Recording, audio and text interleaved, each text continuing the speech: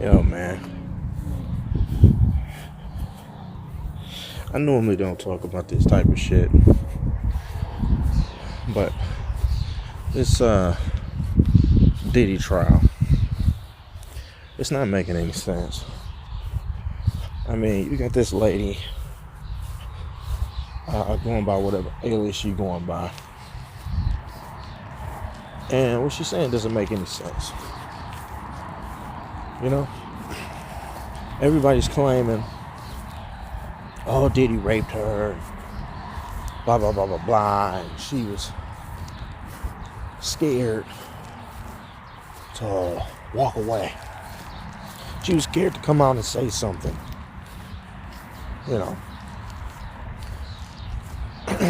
Mind you, days after, not even days after, like the very next day, she's putting on her social media posts praising Diddy, that he has done everything for her, that he's been an inspiration for her life, so on and so forth. Mia, you can look it up. That's the alias she's going by, Mia. But what people fail to realize is that that's not how trauma works, especially for somebody who's being raped. They're trying to apply Stockholm Syndrome to these grown ass people. That's not how that works. Stockholm Syndrome only takes place when the victim don't see a way out. For example, kids. You know, as a social worker, work with a lot of kids. A lot of kids who's been abused, they don't come out. They don't even think that there's a possibility that they can tell anyone because they feel trapped. Children live in their own little bubble. They don't have a large view of the world. So, if they're told, oh, you better not tell anybody, or this is our own little secret, or if you tell somebody, you're going to get in trouble, right?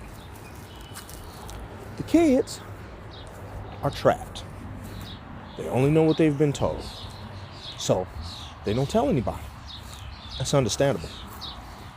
Or if somebody is kidnapped and put in a basement, grown person I'm talking about now, and they're held against their will.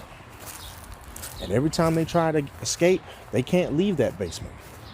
And their attacker abuses them over and over, right? They start having sympathy for their attacker, i.e., that is what we call Stockholm Syndrome.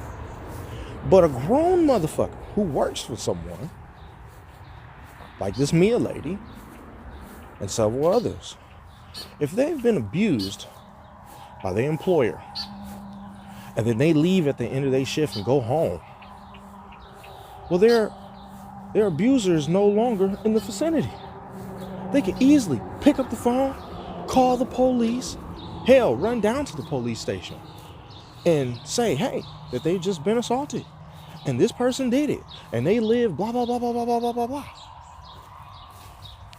See how simple that is? Because their attacker is no longer in the presence to do them harm. Just people got to think, man. Don't just listen to these fucking news channels trying to say that, oh, they were fearful and that's why they didn't tell on Diddy or whatever the fuck name he's going by now. Because it's nonsense. It's fucking foolish, man. Oh, he has a lot of money and he can get away with it. No.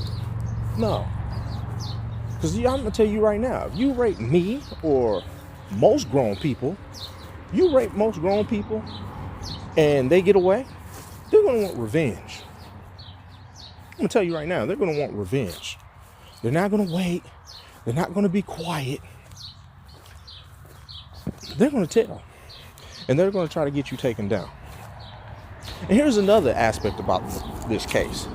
She claimed that Puff Daddy or Diddy, Sean Combs, whatever name you want to use for this guy, claimed that at his birthday party, he cornered her in the kitchen and put his hand up her dress. Now, again, at the end of the party, she goes to her own home. She didn't call the police. She didn't report it. You want to know why she didn't report it? Because she was thinking to herself,